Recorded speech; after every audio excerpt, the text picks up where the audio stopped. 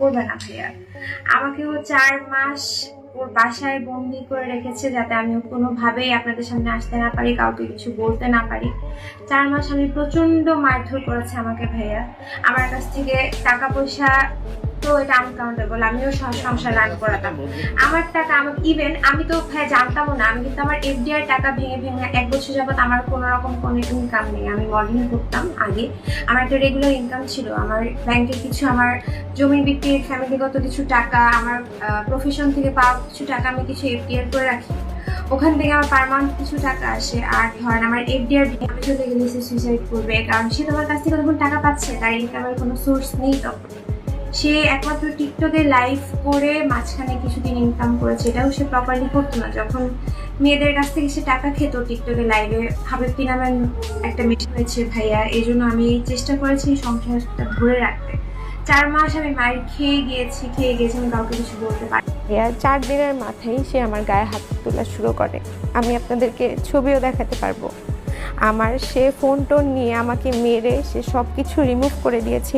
এই কয়েকটা ছবি আমি অনেক কষ্ট করে আমার কাছে রেখেছি, আপনারা দেখেন। সাথে নিয়ে থাকতাম, সে আমাকে মেরে টর্চার করে আমার টাকা পয়সা খেয়ে ভাইয়া বিভিন্নভাবে আমাকে সে তার প্রতারণার ফাঁদে ফেলে। ভাইয়া আমি বিয়ের আগে কোনোভাবেই সেটা বুঝতে পারিনি। আমি আসলে বিয়ের 4 দিনের মাথা থেকেই অনেক টর্চার সহ্য করতেছি, যেগুলো আসলে মানে আমি না পেরে মিডিয়া ফেস করতেছি। ভাইয়া আমার মিডিয়ার কোনো কিছুর প্রতি কোনো ইন্টারেস্ট নেই। আপনারা দেখেছেন যে আমি কোনো ভিডিওর মধ্যে ও যদি আমাকে ভিডিওতে নিয়ে আসতো আমি আসতাম।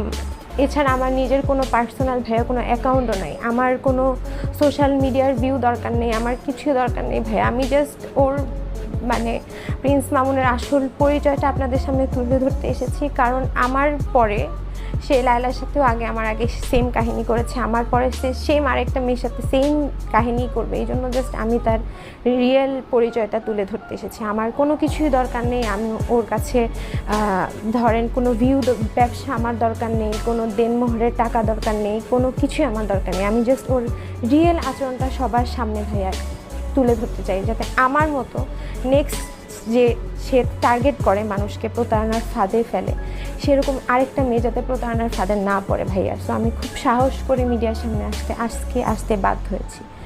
আমাদের বিয়ে হয় ফেব্রুয়ারির 14 তারিখে।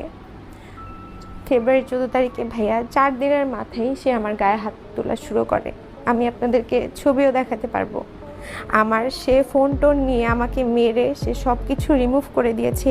এই কয়েকটা ছবি আমি আমাকে মেরে টর্চার করে আমার টাকা পয়সা খেয়ে ভাইয়া বিভিন্নভাবে আমাকে সে তার প্রতারণার ফাঁদে ফেলে। ভাইয়া আমি বিয়ের আগে কোনোভাবেই সেটা বুঝতে পারিনি। আমি যদি বুঝতে পারতাম তাহলে আজকে আমার এই অবস্থা হতো না। 4টা মাস আমাকে অনেক মানুষ দেখেছে, পরিচিত মানুষ। আমি কিভাবে মাইর খেয়েছি ভাইয়া, আমি এখনও ওই দিনগুলো ভুলতে পারিনি। আমার গলার মধ্যে যেভাবে ভাইয়া প্রেস করে আমার সাদা ফেনা বের করে দিয়েছে, আমি 4টা মাস ভাইয়া মৃত্যুর মতো ফিল করেছি। আমাকে প্রতিদিন ভাইয়া সে মেরেছে, 1টা 2টা দিন না, প্রতিদিন সে আমাকে মৃত্যু যন্ত্রণা দিয়েছে। সে যখনই তার টাকার প্রয়োজন হতো তখনই সে বিভিন্নভাবে সে একটা এডিক্টেড, সে একটা ইয়াবাখোর। তার সাথে আমার সম্পর্কের শুরুর কিছুদিন পর থেকে আমি জানতে পারি সে বিভিন্ন মেয়ের সাথে নোংরামি নষ্টামি করে বেড়ায়। তখন আমি তার সাথে সম্পর্ক শেষ করে দিই। সে আমাকে সৌদি আরবে যে আমার কাছে ভিডিও আছে, আমাকে গিয়ে ওখানে ক্ষমা চাইছে যে আল্লাহর ঘরে আসলে তো আল্লাহও ক্ষমা করে দেয়, তুমি আমাকে ক্ষমা করে দাও। আমি তাকে বিভিন্ন মেয়ের সাথে ধরি যে সে আমার সম্পর্ক থাকা অবস্থায়ও তার বাসায় বিভিন্ন মেয়ে নেশা করতেছে, মেয়েদের সাথে ফিজিক্যালি ইনভলভ হচ্ছে। আমি এগুলো জানার পরে তার সাথে সম্পর্ক শেষ করে দিই, কারণ তার সাথে সম্পর্ক শুরুতে আমি আমার ফ্রেন্ড সার্কেল হারিয়েছি।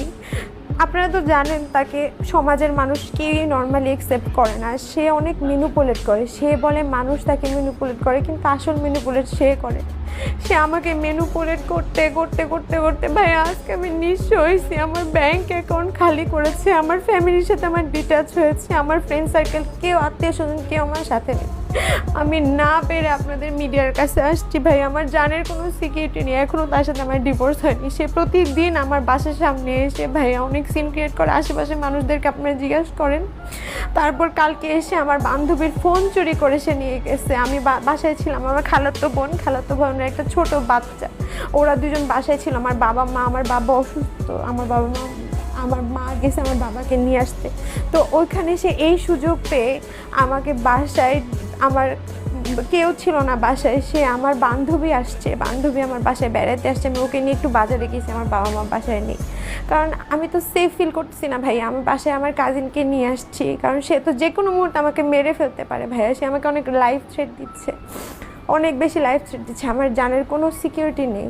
আমি তাকে ছাড়বো দেখে সে আমাকে বলতেছে, তুই যদি আমাকে এখন ছাড়িস আমি এখন তোকে মেরে ফেলবো। কারণ সে তার টাকা পয়সা, সে তার যে এক্সপেকটেশন ছিল সে এটা ওই এক্সপেকটেশন অনুযায়ী অর্জন করতে পারেনি। সে আমাকে প্রতিনিয়ত মেরে ফেলার থ্রেট দিচ্ছে। তাকে যমুনাতে একটা দোকান করে দেওয়ার কথা ছিল। সে আমাকে বলেছিল যে যমুনা ফিউচার পার্কে তাকে একটা দোকান করে দেয়। বিয়ের পর থেকে 4 মাস মোহনাকে ঘরে বন্দি করে তার কাছ থেকে টাকা পয়সা সবকিছু আত্মসাৎ করে নিয়েছে টিকটকার প্রিন্স মামুন। বিতর্কিত টিকটকার প্রিন্স মামুনের নির্যাতনের মাত্রা এবার আরও ভয়াবহ রূপ ধারণ করেছে। বিয়ের পর দীর্ঘ 4 মাস নতুন স্ত্রী মোহনা আফরোজকে এক প্রকার গৃহবন্দী করে রেখেছিল মামুন। শুধু তাই নয়, এই সময় মোহনার ব্যাংকে জমানো এবং এফডিআর এর বিপুল পরিমাণ অর্থ আত্মসাৎ করার পাশাপাশি তার উপর নিয়মিত শারীরিক নির্যাতন চালানো হতো বলে গণমাধ্যমে সরাসরি অভিযোগ করেছেন মামুনের স্ত্রী মোহনা। সম্প্রতি সংবাদ মাধ্যমের সামনে উপস্থিত হয়ে মোহনা বলেন, তার এই দুঃসহ 4 মাসের অভিজ্ঞতার কথা তিনি ভুলতে পারছেন না। তিনি জানান, মামুন তাকে সম্পূর্ণ বন্দি করে রেখেছিল ঘরের মধ্যে, বাইরে কারোর সাথে কোনো প্রকার যোগাযোগ করতে দিত না, যাতে মোহনা কারো কাছে মুখ খুলতে না পারে। মোহনা বলেন, 1 বছর ধরে তার নিজস্ব ইনকামের কোনো টাকা ছিল না। আগে তিনি মডেলিং করতেন, ফ্যামিলির জমি বিক্রির টাকা ও তার প্রফেশনের জমানো টাকা দিয়ে ব্যাংকে কিছু এফডিআর করে রেখেছিলেন। সংসার চালানোর কথা বলে এবং বিভিন্ন অজুহাতে নানান সময় মামুন তার সেই এফডিআর এর বিপুল পরিমাণ টাকা আত্মসাৎ করে নিয়েছে। মোহনা অভিযোগ করেন, মামুনের নিজস্ব কোনো আয়ের উৎস নেই। সে টিকটক লাইভ করে মেয়েদের কাছ থেকে টাকা দাবি করত। এই 4 মাস তিনি মুখ বুজে সব সহ্য করেছেন সংসার টিকিয়ে রাখার স্বার্থে। তিনি যখনই নিজের আত্মরক্ষার চেষ্টা করতেন, নির্যাতনের কোনো ছবি বা ভিডিও প্রমাণ হিসেবে রাখার চেষ্টা করতেন, মামুন তখন চালাকি করে নিজের ফোন দিয়ে উল্টো ভিডিও করে রাখত।